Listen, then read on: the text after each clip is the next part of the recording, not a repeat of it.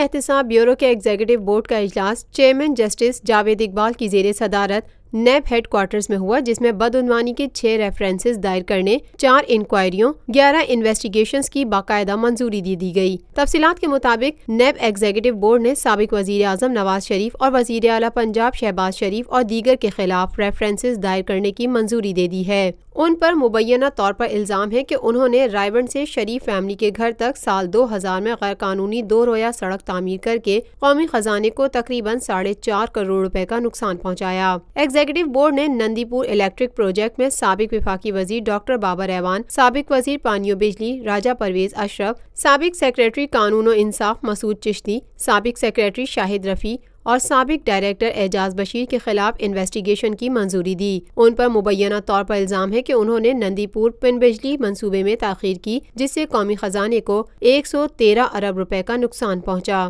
Executive board نے سابق وزیر اعظم یوسف رضا گیلانی اور دیگر کے خلاف انویسٹیگیشن کی منظوری دی ہے۔ ان پر الزام ہے کہ انہوں نے سینڈیک میٹلز لمیٹڈ کے سابق مینیجنگ ڈائریکٹرز محمد رازق اور دیگر کی تعیناتی کرتے ہوئے اختیارات سے تجاوز کیا اور قومی خزانے کو 17.70 ملین روپے کا نقصان پہنچایا۔